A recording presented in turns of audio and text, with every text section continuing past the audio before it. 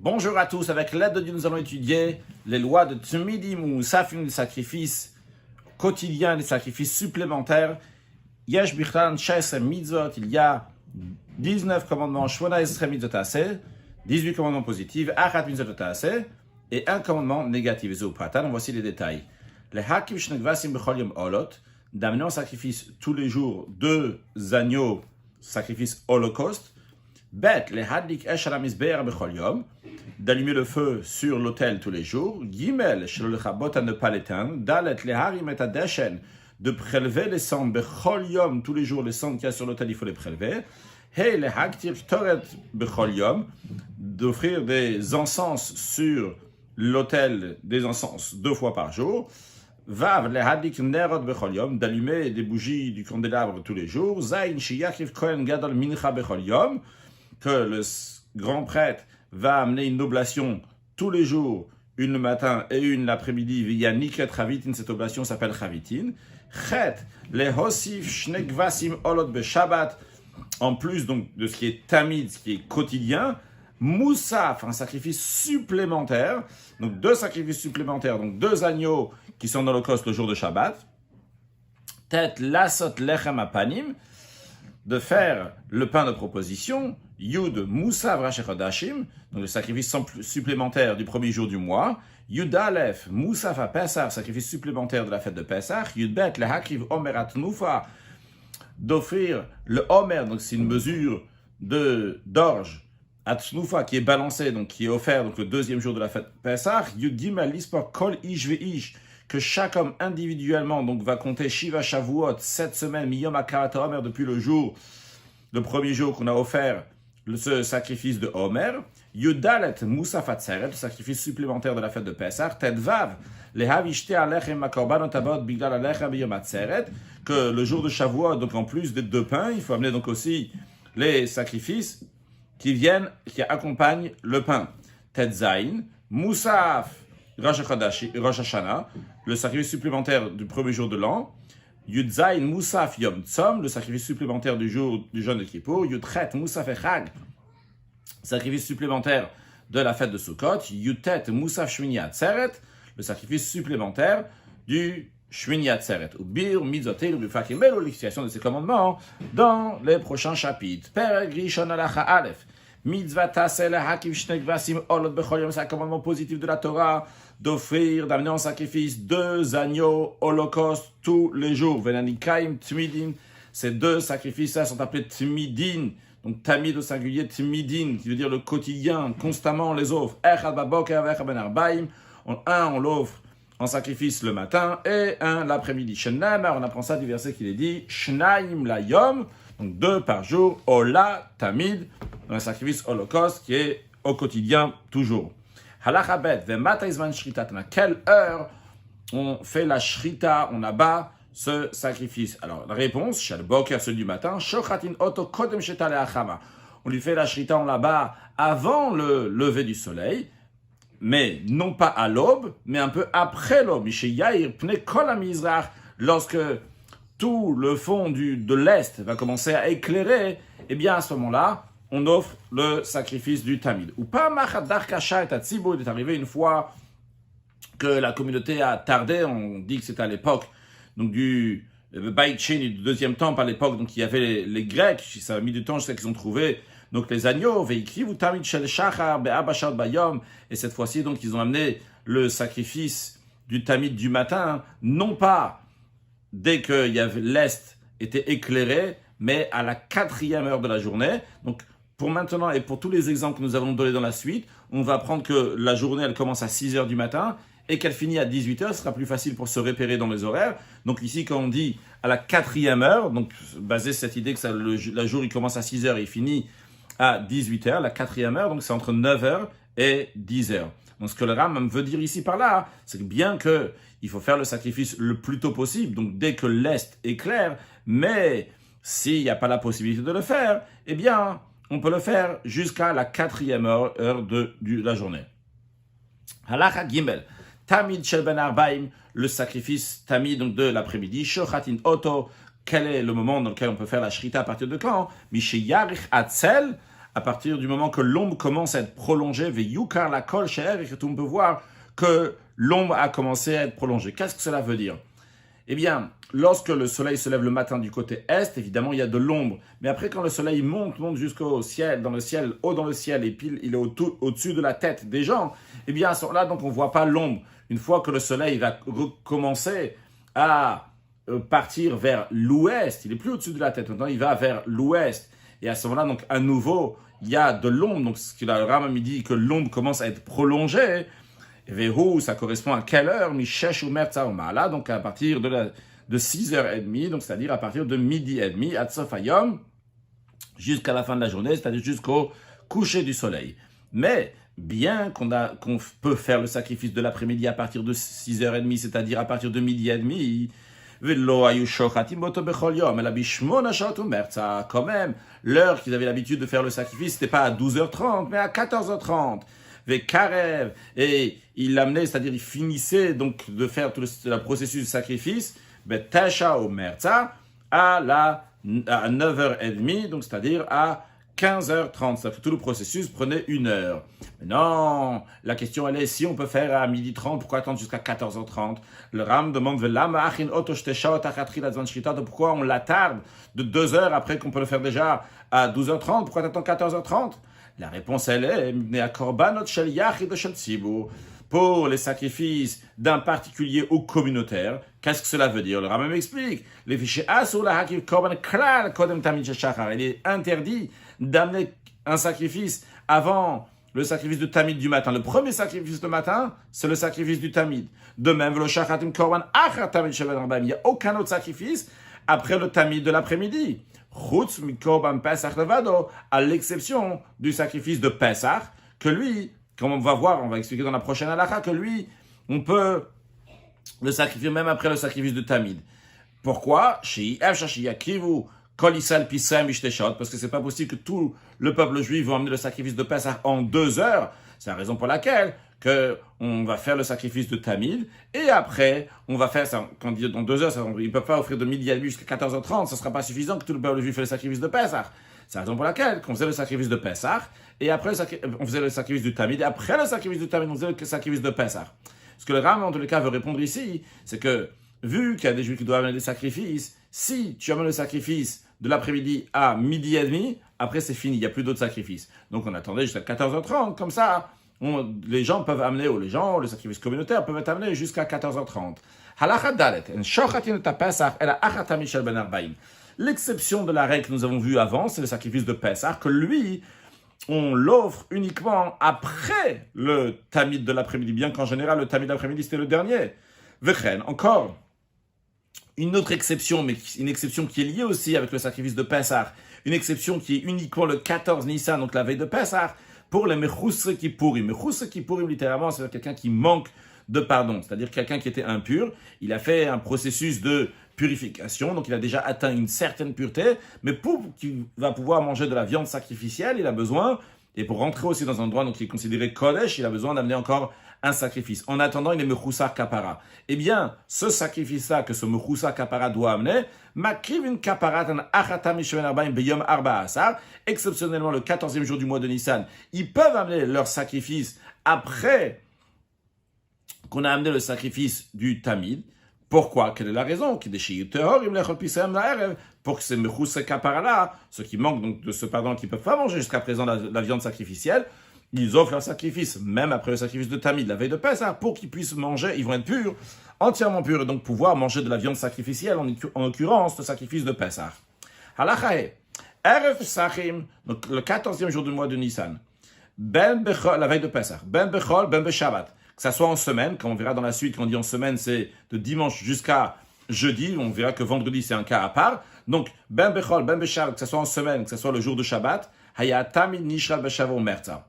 Contrairement à toute l'année, que le sacrifice de Tamid était offert donc à 8h30, c'est-à-dire à 14h30, mais la veille de Pessah, que ce soit en semaine ou Shabbat, c'était offert à 13h30, à 7h30. Vekarev, on finissait donc le processus, Bishmon et Omerza, à 8h30, c'est-à-dire à 14h30. Pourquoi on faisait plus tôt? Pourquoi on n'attendait pas 14h30 comme le reste de l'année? La raison elle est que pour qu'il y a le temps pour faire la shrita, sacrifier le sacrifice de Pessah. On a dit que le sacrifice de Pessah était offert après le sacrifice de Tamid.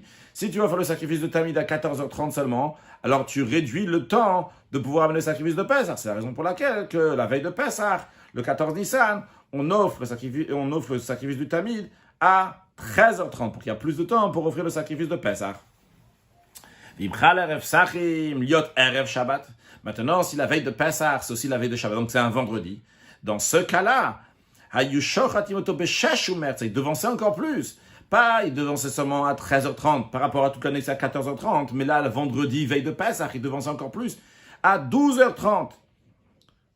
Donc, dès qu'on peut le faire, le sacrifice, donc il y a 12h30. Donc on finissait le processus sur l'autel, donc de brûler, etc. Donc à mettre à brûler à 7h30. À 7h30, c'est-à-dire on finissait à 14h30. À 13h30. Pour que le peuple juif va avoir le temps, l'itzlot, de griller la viande, kodem shilikan et sa Shabbat, avant que le Shabbat va rentrer. Vu que c'est veille de Shabbat, il faut griller le sacrifice de Pessah. Il faut plus de temps avant Shabbat. Halacha vav. Bien que on a appris qu'on ne peut pas faire de sacrifice après le tamid de l'après-midi, mais on a le droit de brûler toute chose qui convient à être brûlée, kolayom toute la journée. Donc, par exemple, la poignée d'une oblation qui est brûlée sur l'autel, ça peut être donc certaines encens, d'ailleurs l'encens aussi qu'on met dans le misbéach intérieur, ou bien donc, d'autres choses qui doivent être brûlées, on a le droit de les faire brûler même après, kolayom toute la journée. On a le droit de faire monter en fumée les membres des sacrifices holocaustes et les émourim. Les émourim, c'est ce qui est nehemar, donc des fois on traduit ça par intestin, mais émourim, c'est ce qui a été dit. Donc il faut faire brûler sur l'autel, donc il ne s'agit pas des membres d'holocauste, mais d'autres sacrifices. Il y a certaines parties, il y a certaines parties qui sont mangées, mais il y a des parties qui sont brûlées sur l'autel. Ces parties-là sont appelées émourim. Alors on a le droit de brûler tout ça, même après le sacrifice du tamis de l'après-midi, jusqu'à quand? À Tratsia Laila, jusqu'à la moitié de la nuit, donc jusqu'à minuit. Comme on a expliqué dans les lois comment on fait les sacrifices. Le Rambam nous dit, s'il y a des membres ou des choses qu'il faut brûler sur l'autel, qui n'ont pas été consumées par l'autel, que ce soit donc du tamid, qui est un sacrifice holocauste, que ce soit des autres sacrifices, eh bien, on a le droit de les retourner, toute la nuit à Daboka jusqu'au matin, comme il est dit, al-mogda, ça va être sur le feu, à la misbéach, sur l'autel, le feu qui est sur l'autel, toute la nuit à Daboka jusqu'au matin. Halacha zayin, evarim shel tamid, la combustion des membres du sacrifice tamid, dochin et atuma, ils repoussent l'impureté, c'est-à-dire que si ils sont devenus impurs, quand même on va les offrir sur l'autel, bien qu'en général on ne met pas des choses qui sont impures sur l'autel. Si on a fait le sacrifice du tamid et les membres sont devenus impurs, quand même on va les mettre sur l'autel. Mais ils ne repoussent pas le Shabbat. On n'a pas le droit donc de le mettre, de faire brûler pendant Shabbat. Et là, seulement, le sacrifice du tamid du vendredi, il faut le faire brûler. Erev Shabbat bilvad, la veille de Shabbat, c'est-à-dire quand il fait encore jour, donc vendredi, non pas vendredi soir, non pas la nuit. Parce que c'est déjà rentré Shabbat. Le Rambam nous dit, on a le droit de faire monter en feu donc les membres du sacrifice de Tamid, donc de la veille de Shabbat, Tamid Trilato, Doche Shabbat, car le sacrifice du Tamid, on a le droit, donc on a dans le sacrifice de Tamid du jour de Shabbat même, qu'au début, donc il a été fait donc de manière permise, eh bien, donc aussi les membres, on a le droit, ils vont repousser le Shabbat. Mais sa fin, donc il ne repousse pas le Shabbat. Juste un instant, s'il vous plaît.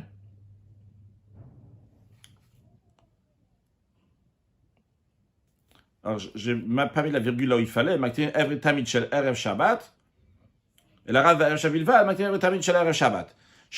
Tamid, virgule, tamid trilat odor Shabbat. Le tamid, donc le début, il repousse Shabbat. C'est-à-dire que le sacrifice du tamid du jour même de Shabbat, donc qui a commencé à être fait Shabbat, parce qu'il faut le faire le Shabbat, le sacrifice du tamid, eh bien il va repousser aussi donc le Shabbat, c'est-à-dire qu'on va amener ses membres sur l'autel brûlés pendant le jour de Shabbat pour le sacrifice qui a été fait Shabbat, mais la fin du sacrifice du tamid, c'est-à-dire quand on dit la fin, c'est ce qui a été fait vendredi, et la finalité c'est de l'amener sur l'autel. Cette fin-là ne repousse pas Shabbat, c'est la raison pour laquelle il faut les faire brûler la veille de Shabbat, non pas Shabbat.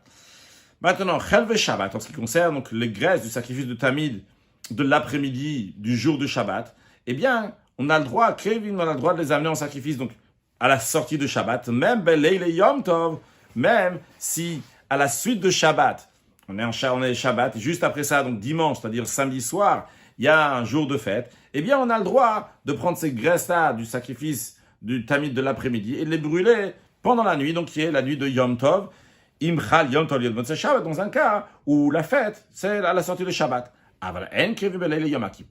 Mais ces graisses-là de Shabbat, on n'a pas le droit de les offrir la nuit de Kippour. C'est-à-dire que si Kippour est un dimanche, d'ailleurs dans notre calendrier actuel, ce n'est pas possible qu'arrive une telle chose, mais à l'époque que le calendrier était fait basé sur la nouvelle lune, c'est possible que ça allait arriver que le jour de Kippour va être un dimanche. Donc, si le jour de Kippour est un dimanche, donc qui suit le Shabbat, alors le samedi soir, on n'a pas le droit d'amener les graisses du sacrifice de Tamid de Shabbat après-midi, le samedi soir, donc qui est Kippour. Pourquoi? Parce qu'il est dit Olat Shabbat Beshabbat, l'holocauste du Shabbat à son Shabbat. Et velo Beshabbat Acheret, et non pas dans un autre Shabbat. Alors, vu que Yom Kippour, il est aussi appelé Shabbat, donc on dit Olat Shabbat Beshabbato, le sacrifice d'holocauste, donc qui est un Tamid, c'est un sacrifice holocauste. Donc, le jour de Shabbat, même, tu as le droit de faire tout ce que tu dois faire, mais non pas dans un autre Shabbat. C'est quoi l'autre Shabbat? C'est si Kippour arrive juste après. Velo Olat Chol Be Yom Tov. De même, si c'est pas comme l'exemple qu'on a donné Shabbat et après Yom Tov, mais c'est Shabbat et un jour profane, un jour profane et après Yom Tov, eh bien dans ce cas-là, on ne peut pas prendre les graisses du sacrifice de l'après-midi de ce jour profane et les offrir pendant Yom Tov. Halachachet, Arba Asar Shechaliot Beshabbat. Le 14e jour du mois de Nissan, donc la veille de Pessah, qui tombe un Shabbat. Maktirim Chelve Apsarim Beleil Yom Tov. Tous les graisses du sacrifice de Pessah qui n'ont pas été offerts le jour même donc de Shabbat, on a le droit de les amener, de les faire brûler la nuit de Yom Tov. Pourquoi? Même des Shem Kelchev et Shabbat, parce qu'ils sont comme les graisses de Shabbat, de la même manière que les graisses de Shabbat, on a le droit de les faire brûler Yom Tov qui vient à la sortie de ce Shabbat, de la même manière aussi, ces graisses-là du sacrifice de Pessah qui tombe Shabbat. Halachatet. Le Ram revient donc en ce qui concerne donc ces agneaux qui sont offerts le matin et l'après-midi dans le temple. Il nous dit dans la Khatet qu'il ne doit pas y avoir moins que 6 agneaux qui ont été déjà vérifiés. Donc on a examiné qu'il n'y a pas de défaut. Dans l'Ishkat Atlaim Shebamidash, dans cette loge d'agneaux qu'il y avait dans le temple. Dans le temple, il y avait un endroit qui s'appelle le Bet HaMoked. Ici, on peut voir donc le temple du haut. On voit ici donc le Bet HaMoked. Ici, on peut voir sur le côté le Bet HaMoked. Et dans le Bet HaMoked, il y avait 4 salles. Et dans une des salles, donc, on a l'Ishkat Atlaim. Ici, on peut voir des images. On peut voir aussi ce qu'on va voir dans la suite. On voit un tout petit peu. On voit donc le verre en or avec lequel on faisait boire donc l'agneau avant de lui faire la shrita. Donc, il faut que ces sacrifices, ces agneaux-là sont prêts 4 jours avant le sacrifice. Bien qu'il examinait déjà bien avant pour savoir ce qui n'a pas de défaut. Quand même, lorsqu'arrivait le moment de faire la shrita, on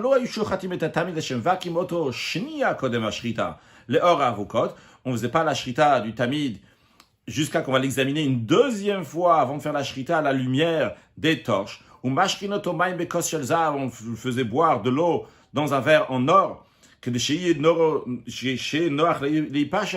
pour que ça soit facile à le dépecer, on le faisait boire avant. Parce que quand il a bu, bien sûr, là, c'est plus facile d'enlever la peau. De la même manière qu'on fait le sacrifice du tamid du matin, c'est la même procédure pour le tamid de l'après-midi. Tous les détails du sacrifice du tamid, c'est comme les lois du Ola de l'Holocauste, chez Katav, donc Masa Korbanot, qu'on a écrit dans les Masa Korbanot, donc on a déjà appris avant. Dans le Ram nous dit, quand on fait ce sacrifice-là, il ligotait pas l'agneau avec ses pieds chez le Yichaku et Tamim pour pas imiter les hérétiques, donc des païens, d'autres croyances qui font d'une telle manière lorsqu'ils font leur sacrifice. Elle a seulement que ce qu'on peut faire, c'est au Chazim Yad Averag Davidem. Qu'est-ce qu'on peut faire? Ce qu'ils faisaient, qu'ils attrapaient la main et les pieds, c'est-à-dire les 2 pieds d'avant et les 2 pieds d'arrière. Comment ils attrapaient? Biden, avec leurs mains. Vekar aita kedato. Et comme ça, il le ligotait, rocho le daron, de manière que la tête de l'animal soit face au sud, ou panav marav, et son visage va à l'ouest. Juste pour un exemple, ici, donc c'est pas exactement le même cas qu'on parle ici, mais pour comprendre, quand on dit donc la tête ici, on peut voir que la tête, elle est au darom, au sud, et le visage, panav, on le met comme ça, au marav, on le met à l'ouest. Halacha yudalef. Tamid shel shachar et nishrat al keren tzfonit marav et shel bet tamid bechaim. Dans le temple, il y avait un endroit, donc on faisait l'abattage, donc on appelle ça un bet tamid bechaim, l'abattage, l'abattoir. En tous les cas, on voit ici donc des anneaux. Il y avait 24 anneaux. Et ici, donc, on voit les anneaux qui sont du côté ouest. Et ici, donc, on voit les anneaux qui sont du côté est. Pourquoi je souligne ça du côté ouest ou est? Donc, tous, ils sont du côté nord. Alors, on souligne ça parce qu'il y a une différence entre celui du matin et celui du matin et celui du soir. Comment ça? Celui du matin, il y a Nishrat al-Keren Svonit Ma'aravit. Celui du matin, il était fait sur le coin nord-ouest. Et celui de la Tabat China sur le deuxième anneau, on voyait un anneau ici, donc sur la deuxième rangée, sur le deuxième anneau ici. Et Shel Ben Arbaïm, celui donc de l'après-midi. Tabat China, Karen Tzfonit Mizrach, Tabat China. Donc c'était sur le côté nord-est, sur le deuxième anneau. Donc ici de ce côté-là. Pourquoi on faisait ça? Que les Chinais, pour que ça va être face au soleil, pour qu'il ne va pas y avoir d'ombre. Donc à l'endroit où on fait le sacrifice, donc ici, donc on est au côté ouest, donc le soleil il est de ce côté-là, lorsqu'on est au côté est, donc l'après-midi, le soleil il est de ce côté-là, donc il n'y a pas d'ombre, pour qu'il soit face au soleil. D'où on sait ça? Divre Kabbalah, c'est comme ça on a reçu par tradition, chez Nishratim Kenegad Hashemesh, que la shrita du sacrifice du tamid doit être fait face au soleil. Allah Hayubet, Tao Shagoussi se sont trompés ou par erreur. Et ils n'ont pas fait le sacrifice de tamid du matin. Philo et Zidou, même s'ils ont fait exprès, ils n'ont pas amené le tamid le tamid du matin. Quand même, il y a Krivou tamid shel ben arba, ils doivent amener le tamid de l'après-midi. Dans quel cas ça s'applique que si on n'a pas fait celui du matin, on peut faire celui de l'après-midi? Dans un cas où l'hôtel a déjà été utilisé, déjà été inauguré, on l'a déjà utilisé d'autres fois. Si c'est un nouvel hôtel, qu'on n'a jamais encore amené des sacrifices, on ne commence pas donc à le premier sacrifice à amener le tamid de l'après-midi. Pourquoi? Parce que la manière d'inaugurer l'hôtel sur lequel on fait les holocaustes et sacrifices, c'est uniquement avec le tamid du matin. Conclure avec un mot de Chassidut. Le sacrifice du tamid, c'est un sacrifice exceptionnel, extraordinaire, qui représente donc l'assiduité des Juifs envers Hachem, que le Juif il est attaché envers Kadosh Baruch Hu quoi qu'il arrive. Déjà, c'est un sacrifice de Ola. Un sacrifice Ola, c'est un holocauste, c'est-à-dire qu'il est entièrement donné pour Hachem. Non pas qu'il attend un retour comme le sacrifice de Shlamim, qui a un certain retour qu'on attend ici. Là, il n'y a pas. Là, c'est uniquement, donc Hachem, il veut. On va le donner entièrement à Hachem. Et on voit comment le Juif il est donné à Hachem, que ce soit le matin ou l'après-midi. Sur le plan spirituel, ça représente n'importe quel moment. Des moments dans lesquels on vient de se lever avec la fraîcheur, avec un esprit qui est frais, on est en pleine forme, que ce soit l'après-midi dans lequel il y a des difficultés ou quoi que ce soit, un juif il est entièrement toujours donné à Kadosh Baruch Hu, il fait ce que Hachem veut, que Dieu fasse, que très prochainement on peut à nouveau offrir le sacrifice de Tamid et tous les autres sacrifices dans le troisième temple reconstruit avec Mashiach Now. Excellente journée.